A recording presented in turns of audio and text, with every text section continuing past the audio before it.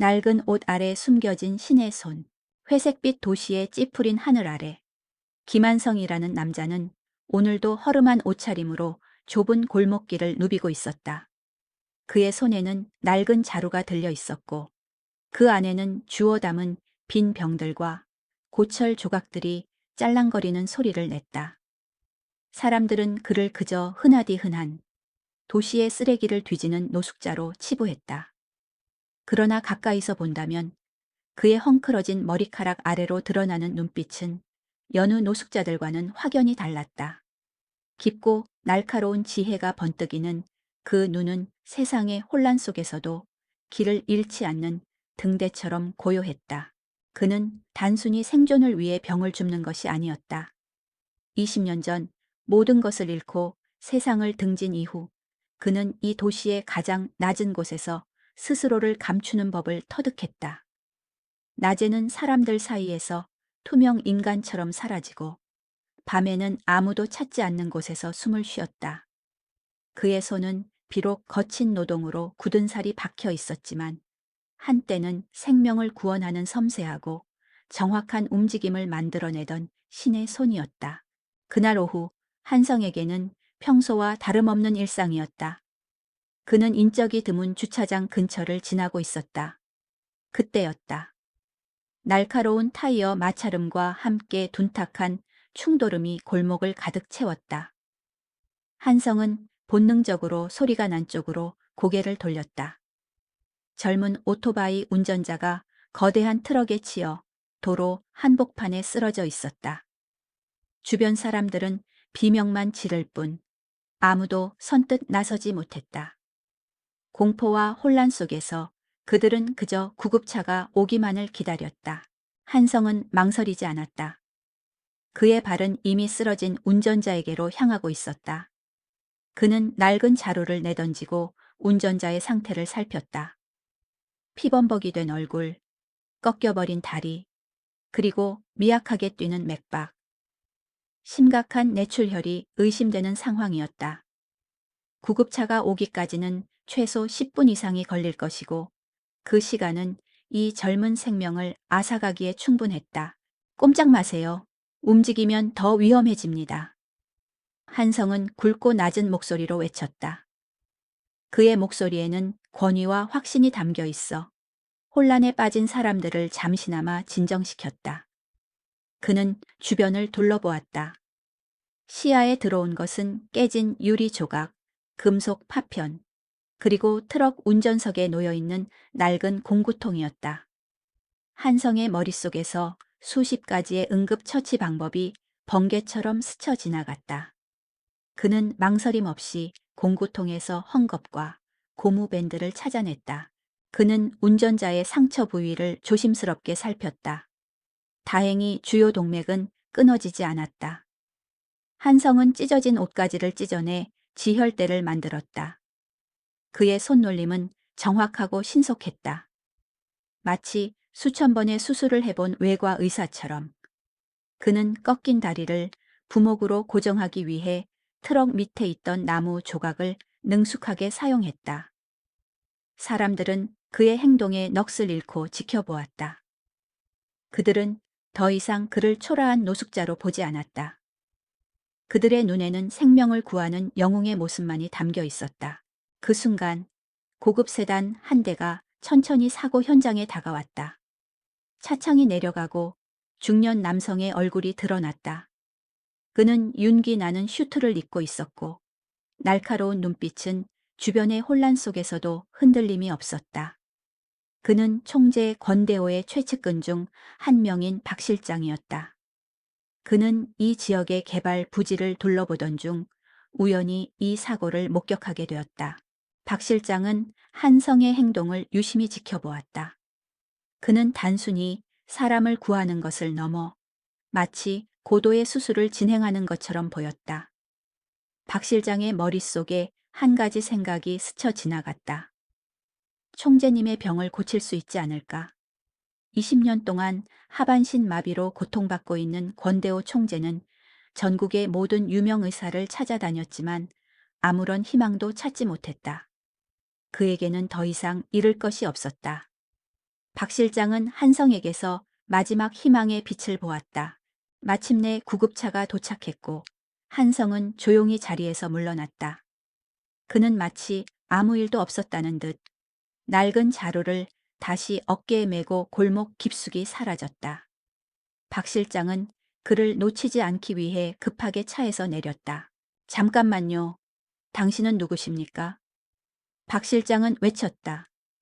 그러나 한성은 뒤도 돌아보지 않고 묵묵히 걸어갔다. 그의 뒷모습은 도시의 먼지 속으로 희미해져 갔다. 박 실장은 그를 따라잡을 수 없다는 것을 깨닫고 서둘러 수첩을 꺼내 들었다. 그는 주변 사람들에게서 한성의 행적에 대한 정보를 얻기 시작했다. 그의 이름, 생김새, 그리고 그가 나타난 장소에 대한 모든 것을 기록했다. 그의 마음속에는 오직 한 가지 생각만이 가득했다. 이 남자를 반드시 찾아야 한다. 이 남자가 총재님을 구할 유일한 희망일지도 모른다. 한성은 자신의 행동이 어떤 파장을 일으킬지 전혀 예상하지 못했다. 그는 그저 본능에 충실했을 뿐이었다. 하지만 그날의 우연한 만남은 그의 조용했던 삶을 송두리째 흔들어 놓을 거대한 폭풍의 서막이었다. 권력의 그늘, 그리고 절망의 부름, 서울의 중심부, 웅장한 유리와 강철로 지어진 YK그룹 본사 빌딩의 최상층에는 권력의 정점이자 동시에 절망의 심연에 갇힌 한 남자가 있었다. 권대호 총재. 한때는 맨손으로 거대한 기업 왕국을 일궈냈던 전설적인 인물. 그러나 지금 그는 20년째 하반신 마비라는 끔찍한 운명에 갇혀 있었다.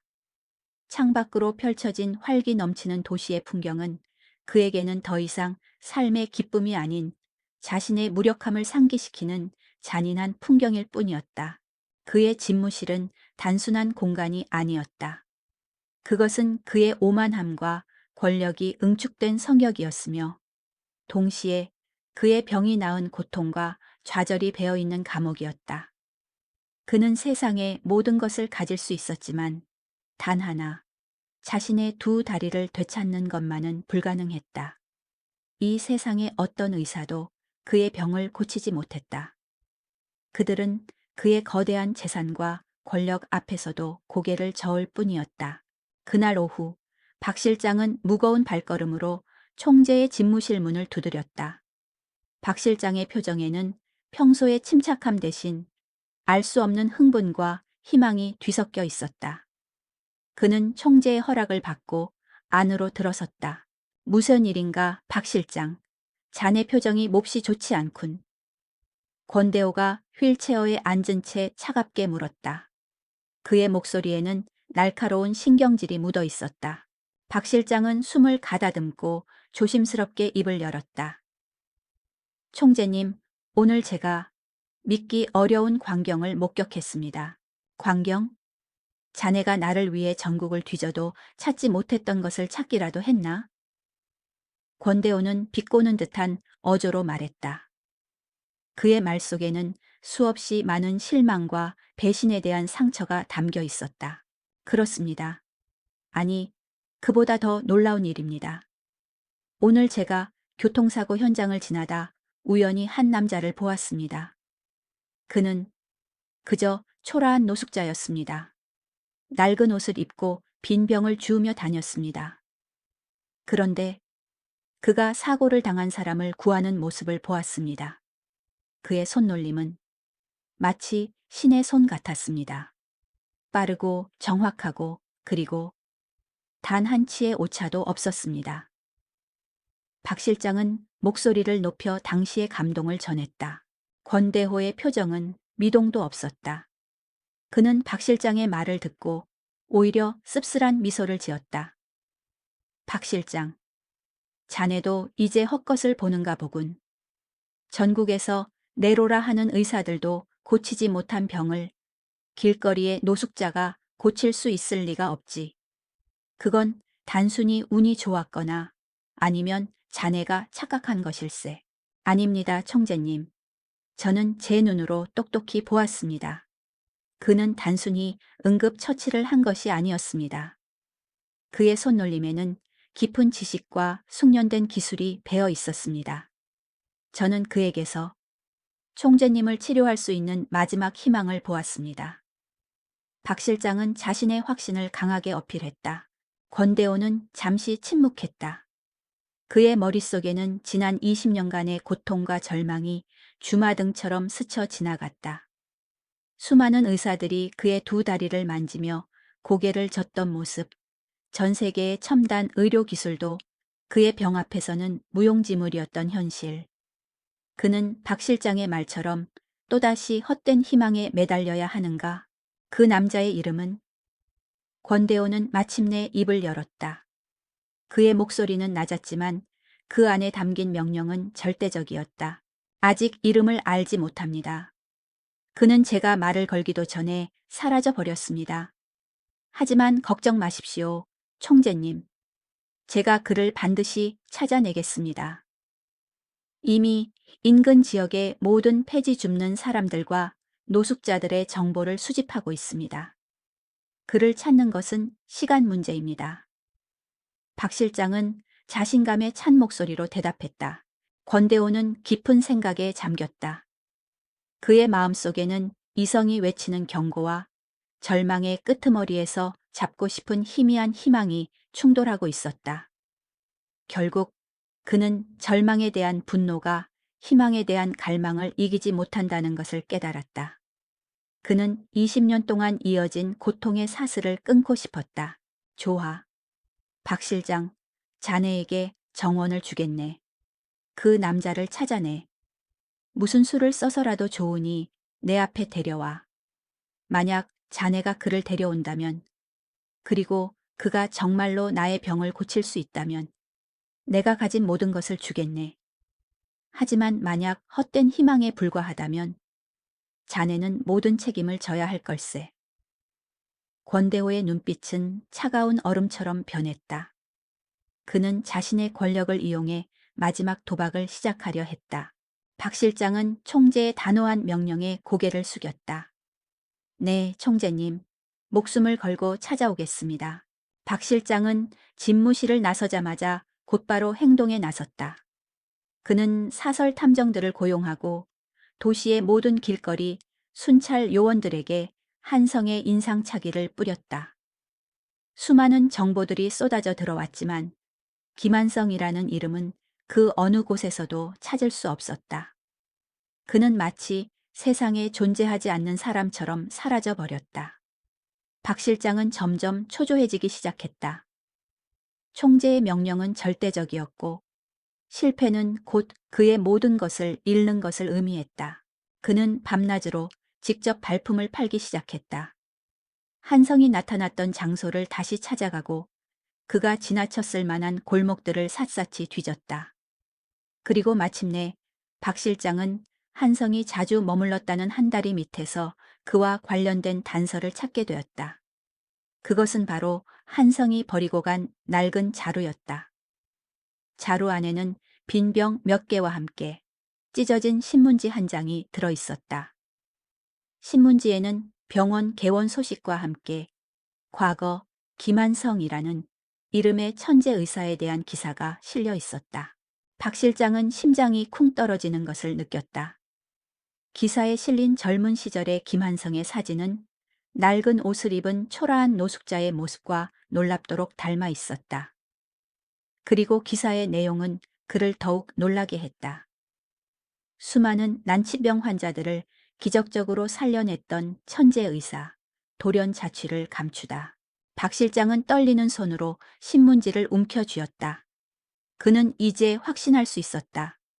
그가 찾던 사람은 단순한 노숙자가 아니었다. 그는 한때 세상을 놀라게 했던 천재 의사였고 어떤 알 수 없는 이유로 자신의 정체를 숨기고 살아가는 인물이었다. 박 실장은 더 이상 시간을 낭비할 수 없었다. 그는 즉시 이 사실을 총재에게 보고하기 위해 발길을 돌렸다. 이 모든 것이 한성에 거부할 수 없는 운명으로 다가오고 있다는 것을 모른 채 운명적인 만남과 첫 번째 시험. 권대호 총재는 박 실장의 보고를 듣고 한동안 말을 잇지 못했다. 그의 눈에는 놀라움과 함께 알 수 없는 감정이 교차했다. 한때 의학계의 전설로 불렸던 천재 의사 김한성.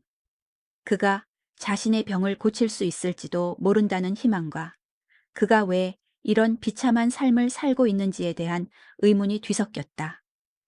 오만하고 냉철했던 권대호는 생전 처음으로 다른 사람의 삶에 대한 깊은 호기심을 느꼈다.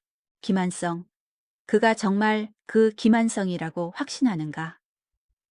권대호의 목소리는 미세하게 떨리고 있었다. 네 총재님, 제가 직접 사진과 기사를 대조했습니다.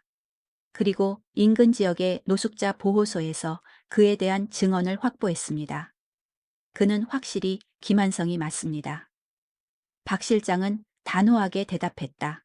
좋아. 당장 그를 찾아내. 그리고 그에게 어떤 위협이나 강요도 하지 마. 그저 정중하게 나의 상태를 설명하고 도움을 청해. 그가 원하는 것이 무엇이든 내가 들어줄 용의가 있다고 전하게. 권대호는 명령을 내렸다. 그는 이제 더 이상 권력으로 모든 것을 해결하려 하지 않았다. 그는 김한성이라는 오직 능력만으로 자신을 압도하는 존재 앞에서 처음으로 겸손이라는 것을 배우고 있었다. 며칠 후 박 실장은 마침내 한성이 자주 찾는다는 강변의 낡은 공원 벤치에서 그를 발견했다. 한성은 벤치에 앉아 햇살을 쬐고 있었다. 그의 옆에는 낡은 자루가 놓여 있었고 그는 마치 세상의 모든 근심을 잊은 듯 평화로워 보였다. 박 실장은 조심스럽게 그의 앞에 다가섰다. 김한성 선생님, 잠시 저와 이야기를 나누실 수 있겠습니까? 박 실장은 정중하게 물었다. 한성은 눈을 뜨지 않은 채 미동도 하지 않았다. 당신은 누군가? 내가 아는 사람은 아무도 없는데. 그의 목소리는 나지막하고 건조했다. 저는 YK그룹의 박 실장이라고 합니다. 총재님께서 선생님을 꼭 뵙고 싶어 하십니다. 그제야 한성은 천천히 눈을 떴다. 그의 시선은 박 실장의 고급 양복과 깔끔한 구두에 잠시 머물렀다. YK그룹, 그 총재가 내게 무엇을 바라는가? 총재님께서 선생님의 도움을 필요로 하십니다. 20년째 하반신 마비로 고통받고 계십니다. 전국의 모든 의사들이 포기했지만 총재님은 선생님께 마지막 희망을 걸고 계십니다. 한성은 잠시 침묵했다. 그의 얼굴에는 어떤 감정도 드러나지 않았다. 나는 더 이상 의사가 아니요. 그리고 그 사람의 고통이 나에게는 아무런 의미도 없소. 돌아가시오. 박 실장은 당황했다. 그는 예상치 못한 거절에 할 말을 잃었다. 선생님, 제발 다시 생각해 주십시오. 총재님께서는 선생님께서 원하시는 모든 것을 들어주시겠다고 약속하셨습니다. 돈이든 명예든 무엇이든. 한성은 차갑게 웃었다. 돈, 명예, 나는 이미 20년 전에 그 모든 것을 잃었소. 그리고 나는 다시는 그 세계로 돌아가고 싶지 않소. 그는 자리에서 일어나 낡은 자루를 들고 벤치를 떠나려 했다. 잠깐만요. 총재님께서 직접 말씀하셨습니다. 선생님께 어떤 강요도 하지 않겠다고. 단지 한 번만이라도 총재님을 만나주시면 안 되겠습니까? 직접 만나서 거절하셔도 좋습니다. 제발 부탁드립니다.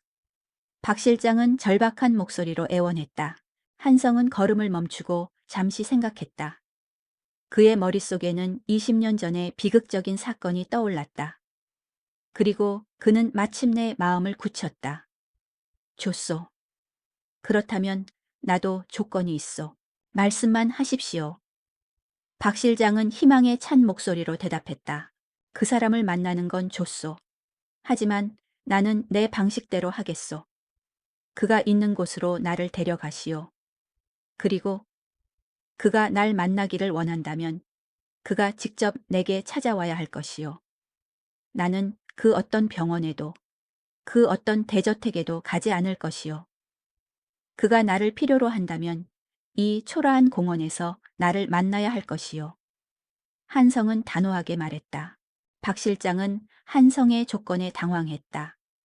권대호 총재가 한 기업의 왕국을 다스리는 절대적인 권력자가 길거리의 노숙자를 만나기 위해 직접 찾아온다는 것은 상상조차 할 수 없는 일이었다. 그러나 박 실장은 다른 선택지가 없다는 것을 깨달았다. 그는 즉시 총재에게 한성의 조건을 보고했다. 권대호는 한성의 조건을 듣고 분노했다.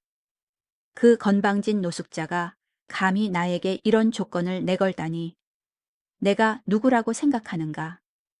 그는 휠체어를 거칠게 밀며 소리쳤다. 총재님. 그가 만약 진정으로 선생님을 고칠 수 있는 유일한 사람이라면 그에게는 그럴 자격이 있습니다. 권력은 때로는 아무런 힘을 발휘하지 못할 때도 있습니다. 그리고 저는 선생님께서 20년간 잃었던 것을 되찾는 것보다 더 중요한 것은 없다고 생각합니다. 박 실장은 조심스럽게 권대호의 자존심을 건드렸다. 권대호는 다시 침묵에 빠졌다.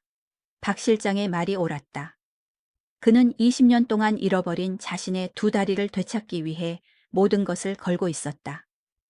자존심 따위는 그에 비하면 아무것도 아니었다. 그는 결국 결심을 굳혔다. 좋아, 내가 가겠다. 그 초라한 공원으로. 그가 진정한 실력을 가지고 있는지 내가 직접 확인하겠다. 다음 날 권대호는 고급 리무진을 타고 한성이 기다리고 있는 공원으로 향했다. 그의 주변에는 수십 명의 경호원들이 삼엄하게 경계를 섰다. 휠체어에 앉은 그는 벤치에 앉아있는 초라한 한성을 바라보았다. 그 둘은 마치 서로 다른 세계에 속한 것처럼 보였다. 한 명은 권력과 부의 상징이었고 다른 한 명은 버려지고 잊힌 존재였다. 당신이 김한성인가? 권대호는 휠체어에 앉은 차에 물었다. 그의 목소리에는 권위와 함께 미세한 긴장감이 배어 있었다. 당신은 권대호 총재인가? 한성은 여전히 평온한 표정으로 되물었다. 나는 더 이상 김한성이 아니요. 그리고 당신은 더 이상 내가 알던 권대호가 아니군. 20년 동안 우리는 모두 변했군. 권대호는 한성의 말에 알 수 없는 충격을 받았다. 한성은 마치 자신의 삶의 모든 것을 꿰뚫어 보는 것처럼 보였다. 권대호는 침착하게 자신의 상황을 설명했다. 사고의 경위, 수많은 의사들의 진단, 그리고 자신의 절망. 한성은 그의 말을 묵묵히 들었다. 그리고 그의 눈은 권대호의 다리를 향했다. 나는 당신을 고칠 수 있어. 하지만 그 전에 당신은 나에게 한 가지를 약속해야 할 것이요. 권대호는 한성의 확신에 찬 목소리에 놀라면서도 그의 제안을 경청했다. 말하게. 자네가 원하는 것이 무엇이든 내가 들어주겠네. 조소. 그렇다면 첫 번째 시험이 시작되겠군. 한성은 의미심장한 미소를 지었다. 숨겨진 진실, 그리고 과거의 그림자. 권대호는 한성의 말에 의아함을 감추지 못했다. 시험? 무슨 시험을 말하는 건가?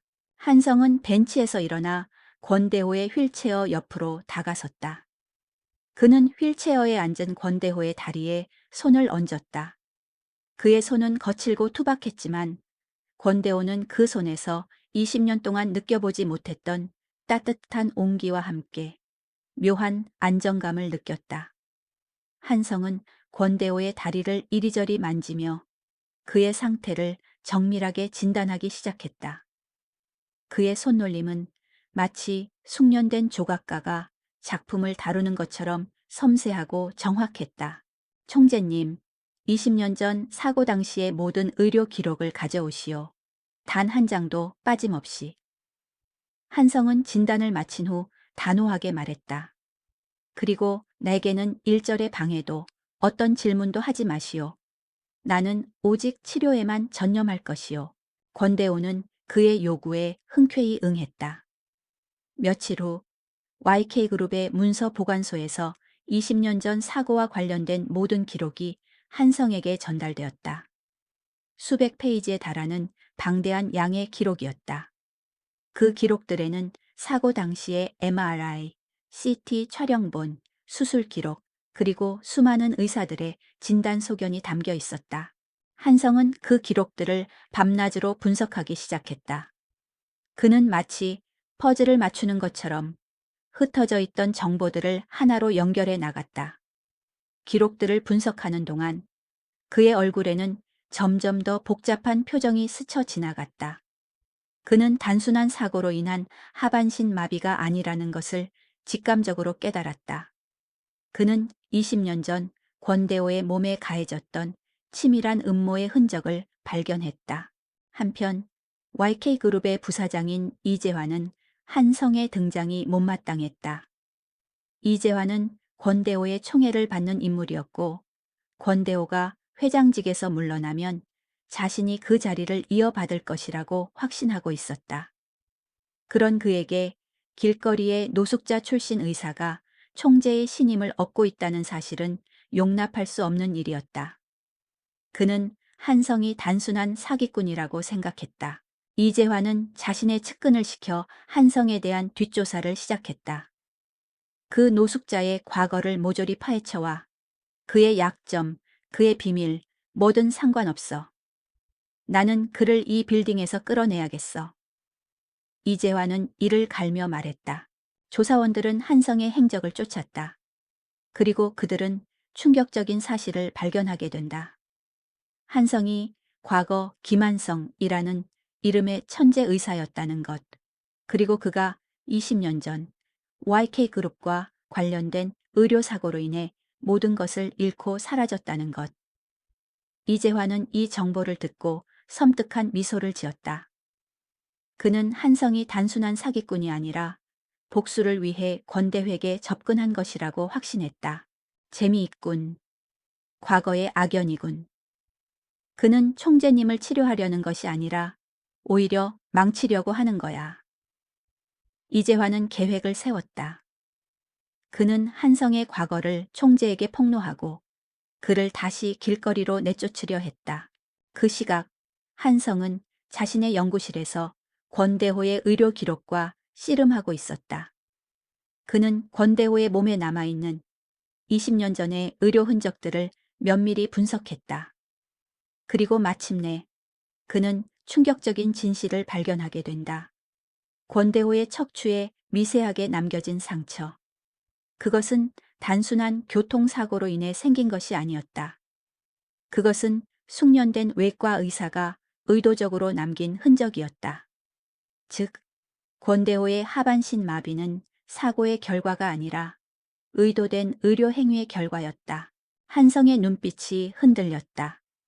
그는 20년 전 자신이 겪었던 비극과 권대호의 병이 깊게 얽혀 있다는 것을 깨달았다. 20년 전 한성은 YK그룹의 한 제약회사에서 신약 개발을 담당하고 있었다. 그러나 당시 부사장이었던 이재환이 신약의 임상 시험 결과를 조작하려 했고 한성은 이에 반대하다가 모든 것을 잃었다. 그의 명성은 땅에 떨어졌고 그의 사랑하는 가족까지 잃었다. 그리고 그 사건의 배후에는 권대호가 있었을지도 모른다는 의심이 그의 머릿속을 스쳐 지나갔다. 한성은 분노와 함께 슬픔을 느꼈다. 그는 자신이 복수를 위해 권대회에 접근했다고 생각하는 이재환의 오해를 알고 있었다. 하지만 그들의 오해와는 달리 한성은 복수가 아닌 진실을 밝히고 싶었다.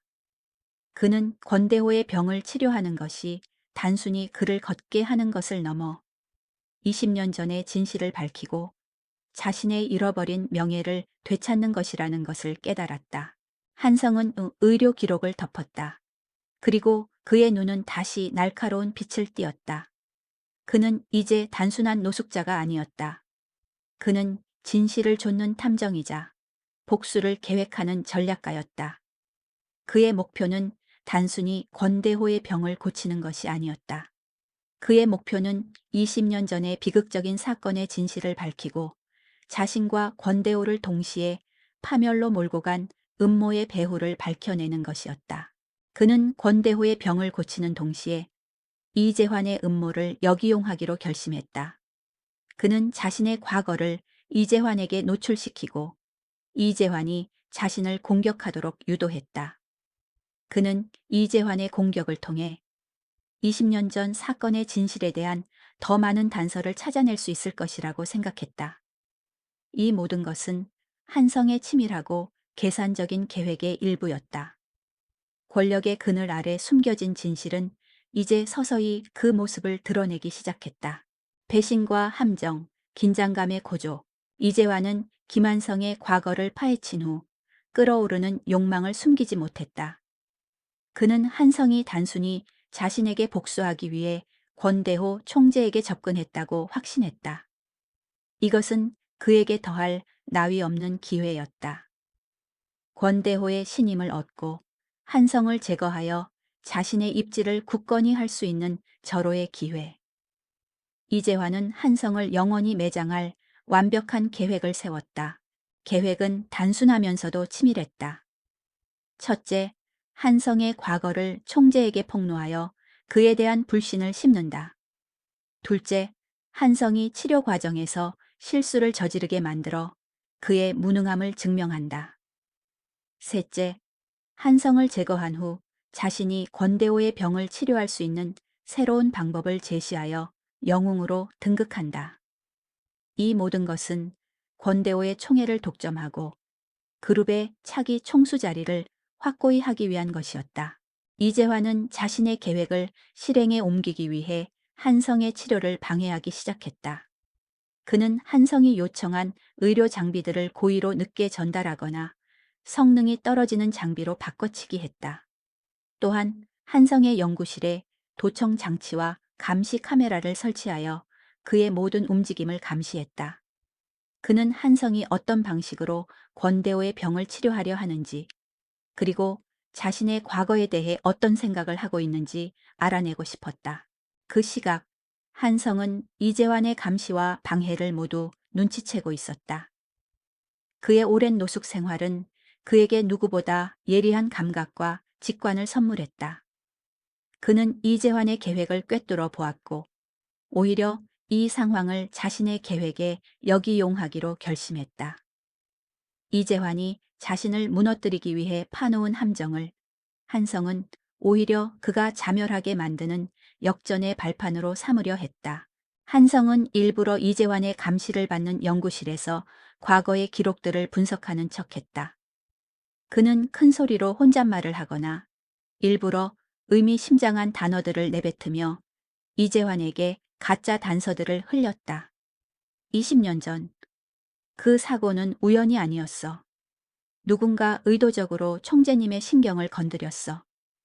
그리고 그 흔적은 아직도 남아있어. 이재환은 도청 장치를 통해 이 말을 듣고 분노했다. 그 노숙자 녀석이 감히 총재님을 의심하다니. 감히 자신의 과거를 총재님께 덮어 이으려고 하다니. 그는 한성의 말을 오해하고 한성이 권대회에 복수하려 한다고 더욱 확신했다. 한편 한성은 치료 과정에서 이재환이 방해한 장비들을 교묘하게 이용했다. 그는 성능이 떨어진 장비들로 인해 발생한 문제들을 기록하고 이재환의 계획을 총재에게 알리는 대신 조용히 증거를 수집했다. 그는 모든 것이 자신의 통제하에 있다고 확신했다. 그러던 어느 날 이재환은 한성을 무너뜨릴 결정적인 증거를 손에 넣었다. 그는 한성의 연구실에서 나온 폐기물 중에서 과거 한성이 신약 개발에 참여했다는 증거와 함께 그 신약이 치명적인 부작용을 일으켰다는 내용의 보고서를 발견했다. 이재환은 이 보고서를 조작하여 한성이 의도적으로 권대회계 위험한 치료를 시도하고 있다고 꾸몄다. 이재환은 즉시 권대호를 찾아갔다. 총재님, 제가 그 노숙자에 대해 놀라운 사실을 알아냈습니다. 그는 과거 신약 개발 과정에서 치명적인 부작용을 일으켜 여러 사람을 죽음으로 몰고 간 사람입니다. 그는 지금 총재님을 치료하려는 것이 아니라 오히려 총재님을 해치려 하고 있습니다. 이재환은 조작된 보고서를 총재에게 내밀었다. 권대호는 이재환의 말과 보고서를 보고 심하게 동요했다. 그의 얼굴에는 분노와 배신감, 그리고 실망감이 뒤섞였다. 20년 동안 그를 괴롭혔던 병이 이제는 한때 그에게 희망을 주었던 사람에 의해 더 큰 위협이 될 수도 있다는 생각에 그는 몸을 떨었다. 이재환, 자네의 말이 사실인가? 권대호의 목소리는 낮게 깔려 있었다. 네, 총재님. 저는 총재님을 위해 모든 것을 알아냈습니다. 그는 총재님께서 20년 전의 사건과 관련이 있다고 생각하고 복수를 위해 접근한 것입니다. 당장 그를 멈춰야 합니다. 그의 손에 더 이상 몸을 맡겨서는 안 됩니다.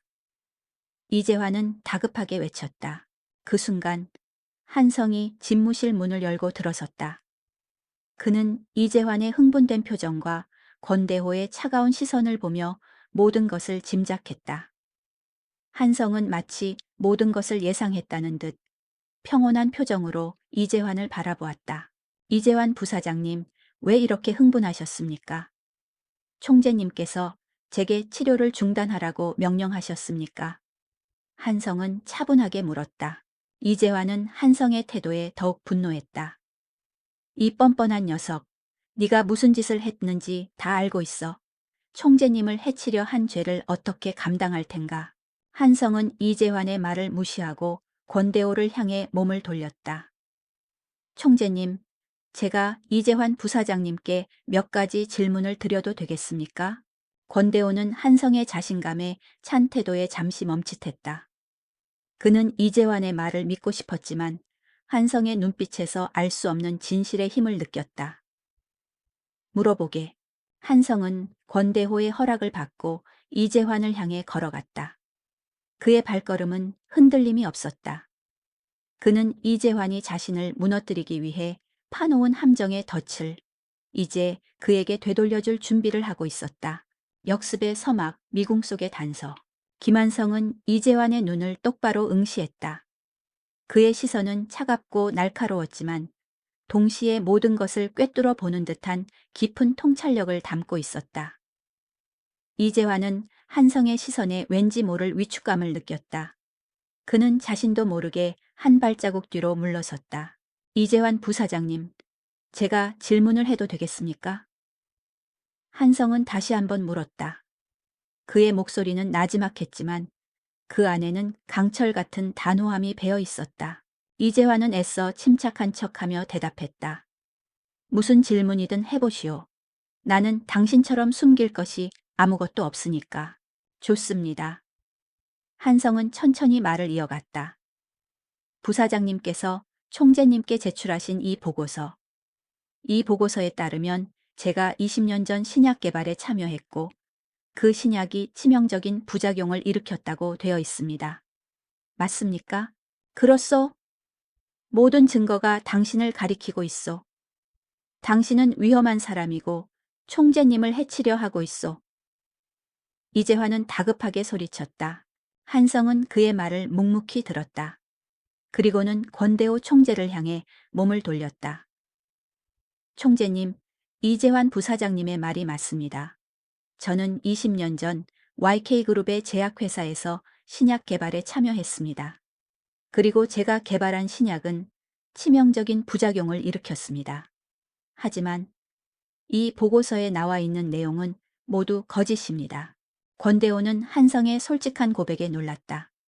그는 한성이 자신의 과거를 부인할 것이라고 생각했다. 하지만 한성은 오히려 자신의 과거를 인정하고 이재환의 보고서가 거짓이라고 주장했다. 총재님, 제가 개발한 신약은 처음부터 부작용이 없었습니다. 모든 임상 시험 결과가 이를 증명했습니다.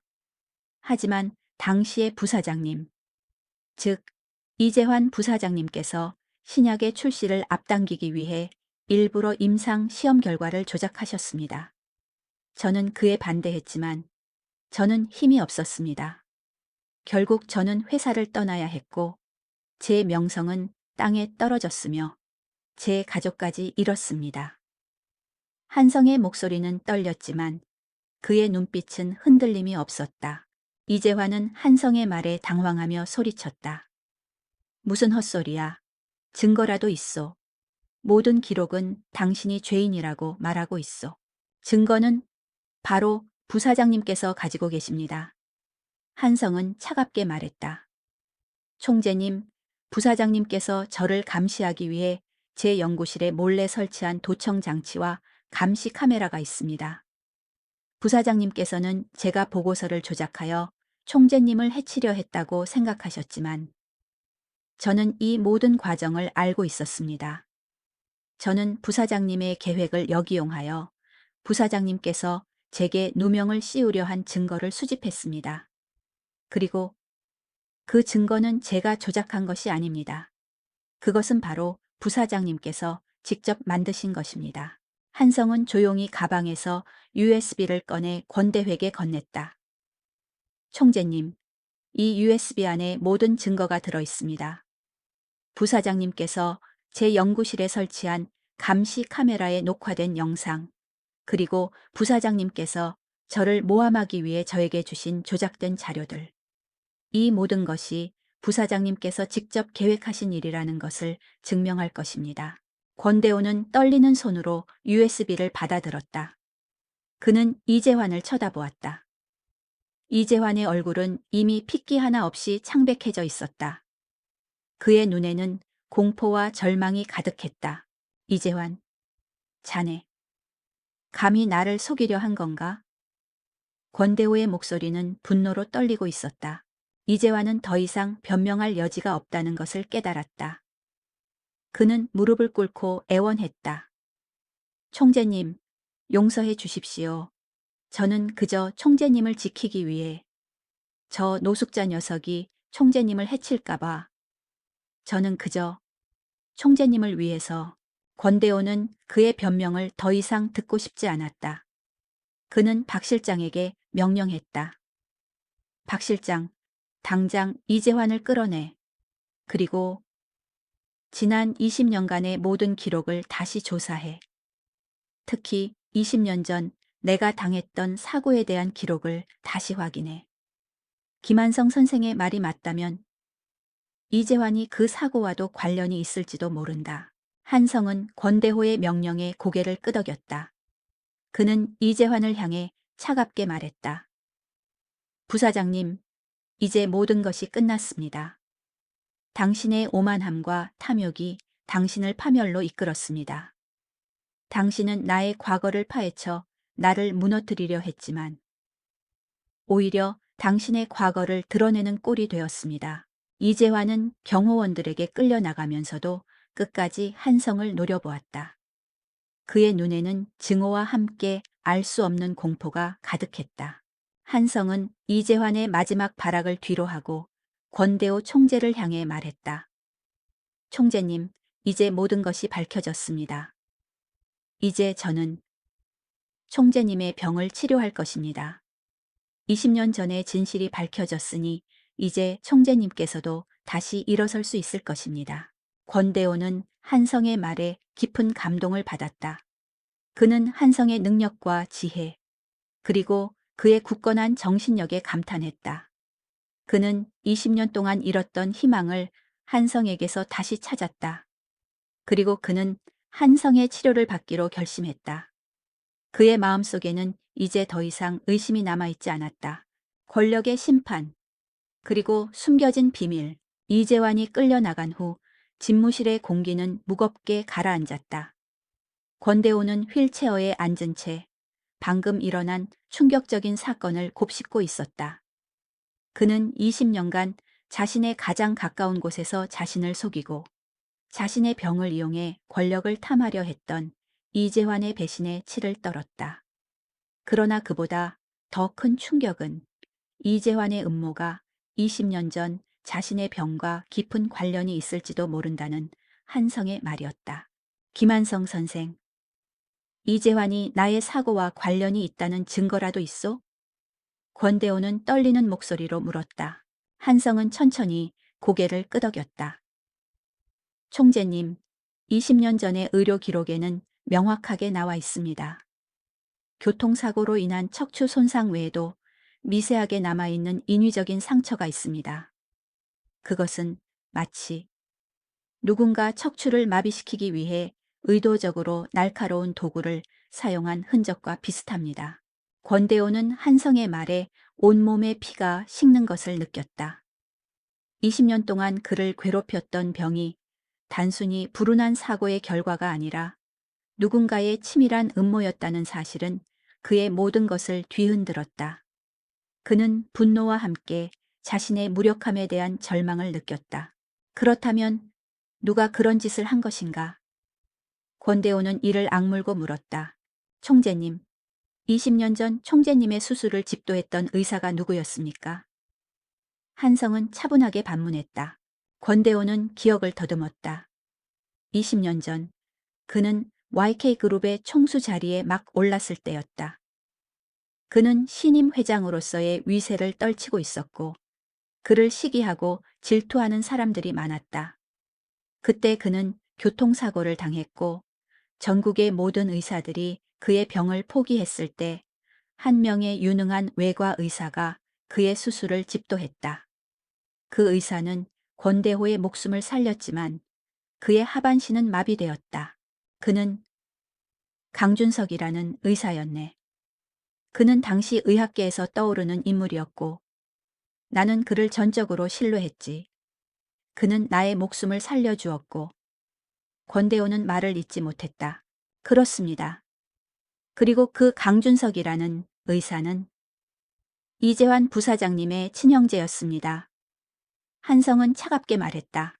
권대호는 충격에 말을 잃었다. 그는 20년 동안 자신을 치료해준 의사가 자신의 병을 초래한 장본인과 형제 관계라는 사실에 경악했다. 그는 이 모든 것이 이재환의 치밀한 계획이었다는 것을 깨달았다. 이재환은 권력을 탐하기 위해 자신의 형을 이용하여 권대호를 무력화시키고 그 후 자신이 권대호의 병을 치료할 수 있는 유일한 사람인 것처럼 위장하여 총재의 신임을 얻으려 했던 것이다. 당장 그 두 사람을 모두 잡아들여 한 명도 빠짐없이 그리고 20년 전의 모든 진실을 밝혀내 나는 그들을 용서하지 않을 것이다. 권대호는 분노에 찬 목소리로 명령했다. 박 실장은 즉시 이재환과 강준석을 체포하기 위해 움직였다. 하지만 이미 이재환은 한성이 자신을 총재에게 모함했다는 것을 알고 있었다. 그는 도청 장치를 통해 한성의 모든 계획을 엿들었다. 그리고 그는 형 강준석과 함께 이미 도주할 채비를 하고 있었다. 형, 우리가 위험에 처했어. 총재님이 우리의 모든 것을 알고 있어. 한성, 그 녀석이 우리를 배신했어.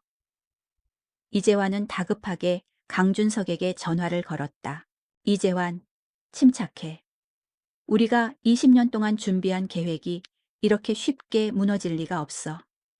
아직 우리에게는 마지막 카드가 남아있어. 잊었나? 우리가 총재님을 무력화시키기 위해 사용했던 독극물. 그 독극물은 우리의 몸에 20년 동안 숨겨져 있었지.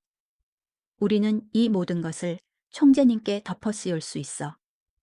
총재님이 우리를 모함한 것처럼 말이야. 강준석은 냉정하게 말했다.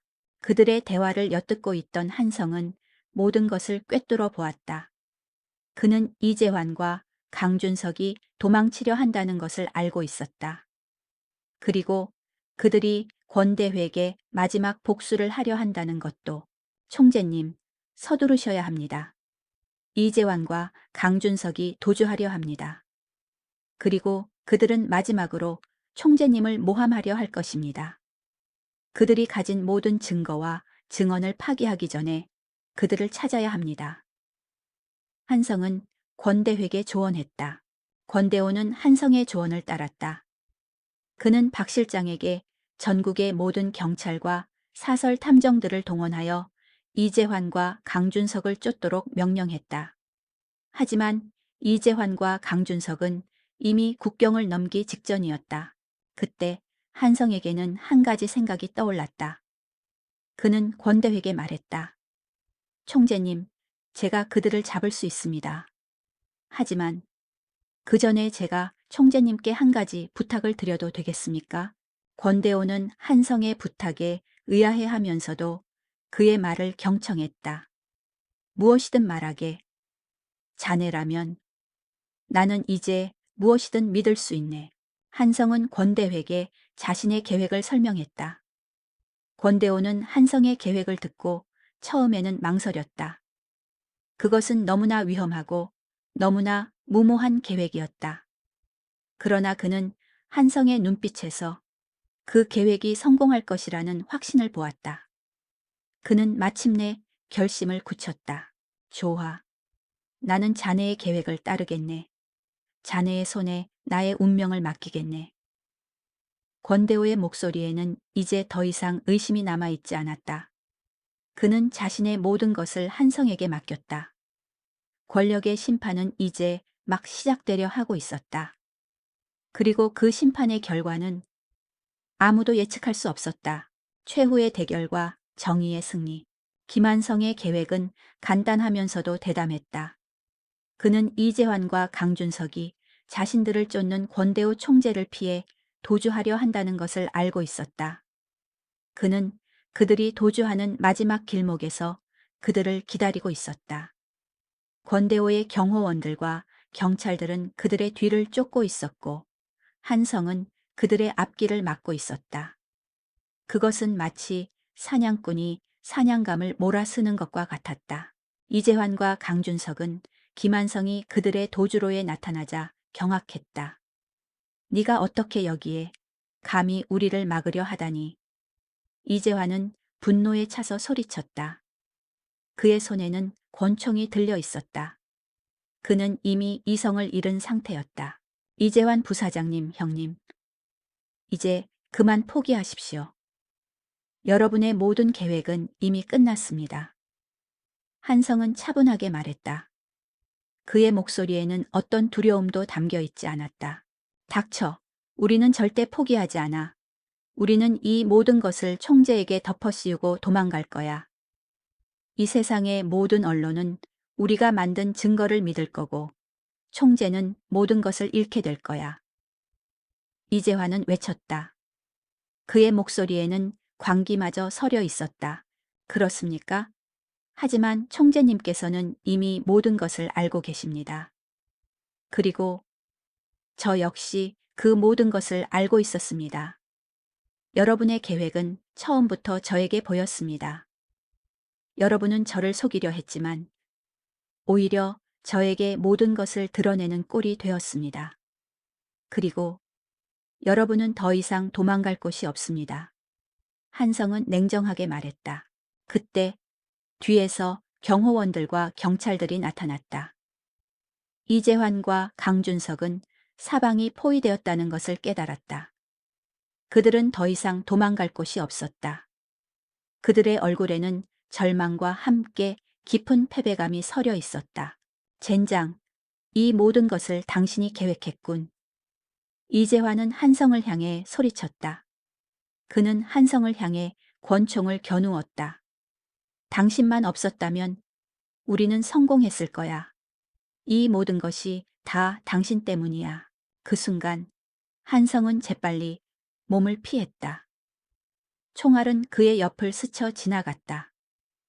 이재환은 계속해서 방가쇠를 당겼지만 한성은 마치 귀신처럼 총알을 피하며 이재환에게 다가갔다. 한성은 이재환의 손목을 꺾어 권총을 떨어뜨렸다. 이재환은 비명을 질렀다. 이재환 부사장님, 당신의 패배는 이미 결정되어 있었습니다. 당신은 저를 과소평가했습니다. 그리고 당신은 정의의 힘을 과소평가했습니다.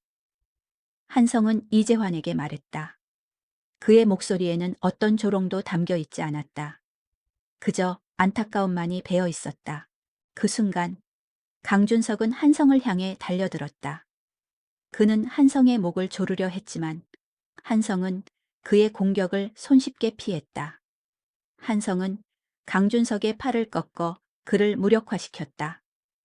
강준석은 고통에 찬 신음소리를 냈다.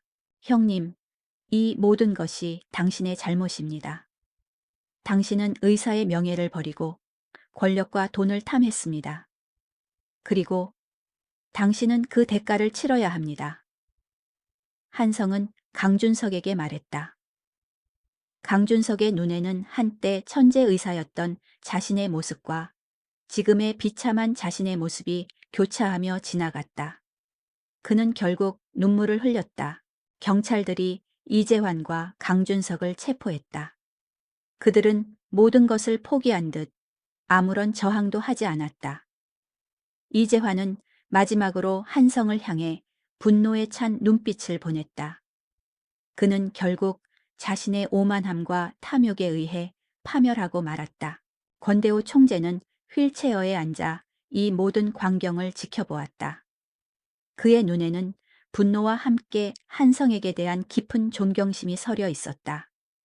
한성은 그의 병을 고치는 것을 넘어 그를 둘러싼 모든 거짓과 음모를 밝혀내고 그에게 진정한 자유를 선물했다. 김한성 선생, 자네가 아니었다면 나는 평생 이재환의 꼭두각시로 살았을 걸세. 자네는 나의 두 다리를 고쳐주는 것을 넘어 나의 삶을 구원해 주었네. 권대호는 감동에 찬 목소리로 말했다. 한성은 권대호의 말에 미소를 지었다. 총재님, 이제 모든 것이 끝났습니다.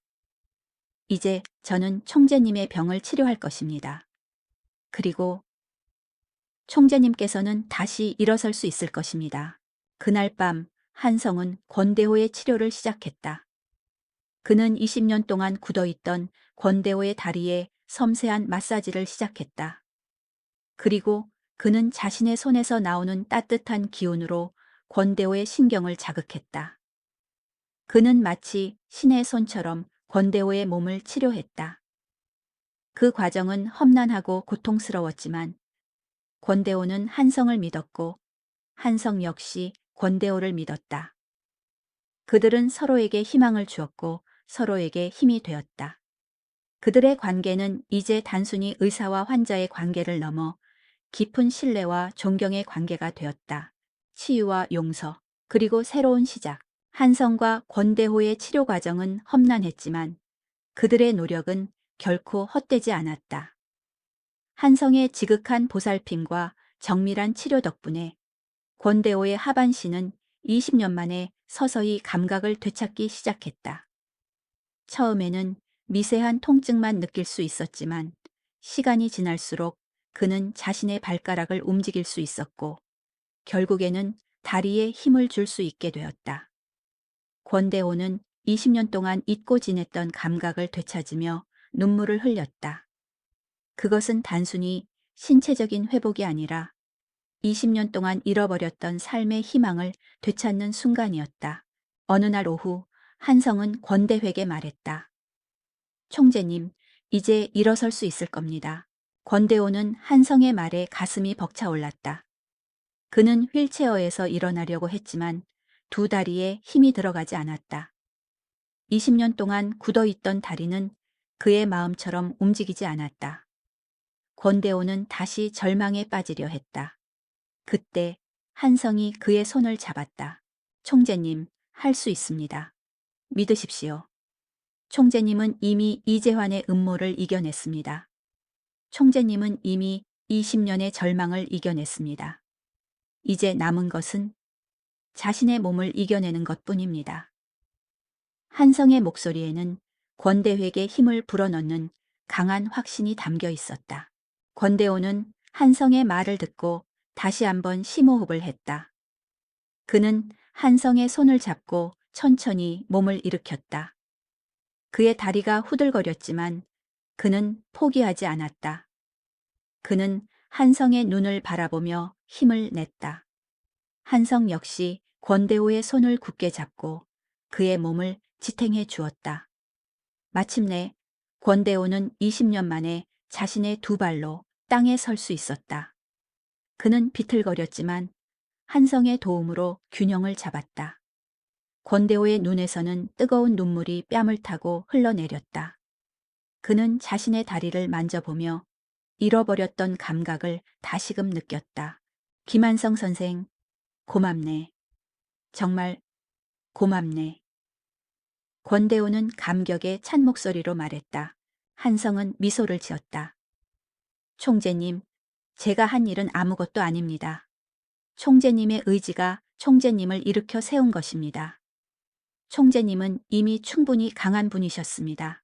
그 후 권대호는 한성에게 자신의 모든 것을 주겠다고 약속했다. 자네가 아니었다면 나는 평생을 휠체어에 갇혀 살았을 걸세. 자네는 나의 생명의 은인일세.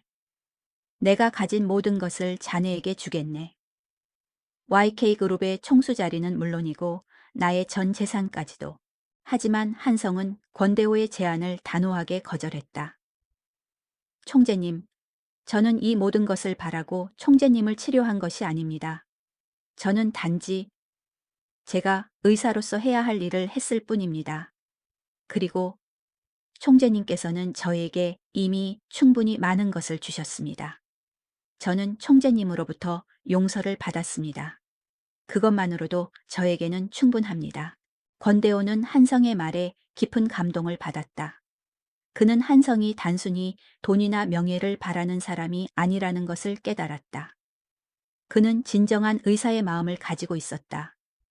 권대호는 한성의 용서에 감사하며 그에게 다른 제안을 했다. 그렇다면 나를 용서해준 자네에게 보답할 기회를 주게.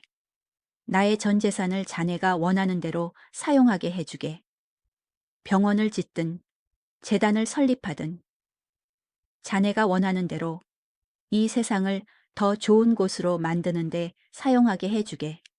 이것은 나의 죄를 씻고 자네에게 보답하는 유일한 길일세. 한성은 권대호의 진심 어린 제안에 잠시 생각했다. 그는 20년 동안 잃었던 자신의 꿈을 다시 떠올렸다. 그는 자신이 세상을 떠나기 전에 이 세상에 좋은 흔적을 남기고 싶었다. 그는 권대호의 제안을 받아들이기로 결심했다. 총재님, 좋습니다. 총재님의 재산으로 저는 이 세상에서 가장 가난하고 소외된 사람들을 위한 병원을 짓겠습니다. 그곳에서는 돈이 없는 사람들도 명예가 없는 사람들도 누구나 공평하게 치료를 받을 수 있을 것입니다. 그것이 제가 20년 전에 잃었던 꿈을 다시 이루는 방법일 것입니다. 권대호는 한성의 결심에 미소를 지었다. 그는 한성의 꿈을 전적으로 지원하기로 약속했다. 그는 한성에게 자신의 재산을 모두 넘겨주었다. 그리고 한성은 그 재산을 사용하여 희망의 빛이라는 이름의 병원을 설립했다. 그 병원은 한때 노숙자였던 그가 이제는 모든 사람들에게 희망의 빛을 선물하는 공간이 되었다. 새로운 시작, 그리고 한 시대의 유산, 희망의 빛 병원. 그 이름처럼 이 병원은 도시의 가장 어둡고 소외된 곳에 자리 잡았다. 권대호의 막대한 재산과 한성의 굳건한 신념으로 지어진 이 병원은 돈이 없고 힘이 없는 사람들을 위한 진정한 안식처가 되었다. 한때 초라한 노숙자였던 김한성은 이제 이 병원의 원장이 되었고 그의 곁에는 여전히 박 실장이 굳건하게 그의 사업을 돕고 있었다. 한성은 더 이상 허름한 옷을 입지 않았다. 그는 깨끗한 의사 가운을 입고 있었고 그의 손은 이제 빈병 대신 수많은 환자들의 손을 잡았다. 그의 눈빛은 여전히 날카롭고 깊었지만 그 안에는 따뜻한 연민과 희망이 가득했다. 그는 모든 환자들을 동등하게 대했고 그들의 상처를 치료하는 동시에 그들의 영혼까지 치유했다. 사람들은 그를 길거리의 신의 손이라고 불렀다. 권대호 총재는 이제 더 이상 휠체어에 앉아 있지 않았다. 그는 지팡이를 짚고 천천히 걸을 수 있게 되었다. 그는 자신의 모든 것을 한성에게 넘겨준 후 YK그룹의 총수 자리에서 물러났다. 그는 더 이상 권력과 명예에 집착하지 않았다. 그는 대신 희망의 빛, 병원의 명예이사장이 되어 한성의 꿈을 전적으로 지원했다. 그는 매일 아침 병원을 찾아와 환자들과 이야기를 나누고 한성과 함께 새로운 치료법을 연구했다. 그의 얼굴에는 20년 동안 볼 수 없었던 진정한 미소가 피어 있었다. 이재환과 강준석은 감옥에 수감되었다. 그들은 20년 전의 음모와 최근의 범죄 행위에 대한 모든 책임을 지게 되었다. 그들의 이름은 이제 사람들의 기억 속에서 서서히 잊혀져 갔다. 그들의 탐욕과 오만함은 결국 그들 자신을 파멸로 이끌었다. 어느 날 오후, 한성은 병원 옥상에서 햇살을 쬐고 있었다. 그때 권대호가 그의 옆으로 다가왔다. 선생, 자네를 만나고 나서 내 삶이 완전히 바뀌었네. 자네는 나에게 잃었던 다리를 되찾아 주었고, 잃었던 삶의 의미를 되찾아 주었네. 이제는 자네에게 고맙다는 말 외에는 할 말이 없네. 권대호는 진심으로 말했다. 한성은 조용히 미소를 지었다. 총재님, 저는 총재님께 아무것도 해드리지 않았습니다. 총재님은 이미 모든 것을 가지고 계셨습니다. 단지 잠시 동안 잃어버렸을 뿐입니다. 그리고 이제 총재님은 그 모든 것을 되찾았습니다. 그리고 저에게도 잃었던 꿈을 되찾을 기회를 주셨습니다. 고마움은 저의 몫입니다. 권대호는 한성의 말에 깊은 감동을 받았다. 그는 한성의 어깨에 손을 얹었다. 그들의 눈에는 서로에 대한 깊은 존경심과 신뢰가 담겨 있었다. 한때 한 명은 세상의 가장 낮은 곳에서, 다른 한 명은 세상의 가장 높은 곳에서 살았지만 이제 그들은 함께 새로운 삶을 시작하고 있었다. 김한성은 더 이상 초라한 노숙자가 아니었다. 그는 이 시대의 영웅이 되었다. 그의 이야기는 사람들의 입에서 입으로 전해졌고 그의 이름은 용기와 희망의 상징이 되었다. 그의 삶은 오만과 탐욕이 아닌 진정한 능력과 선의가 세상을 바꿀 수 있다는 것을 보여주는 살아있는 증거가 되었다. 그리고 그가 세운 희망의 빛 병원은 오늘도 빛을 잃은 사람들에게 따뜻한 희망을 선사하고 있었다.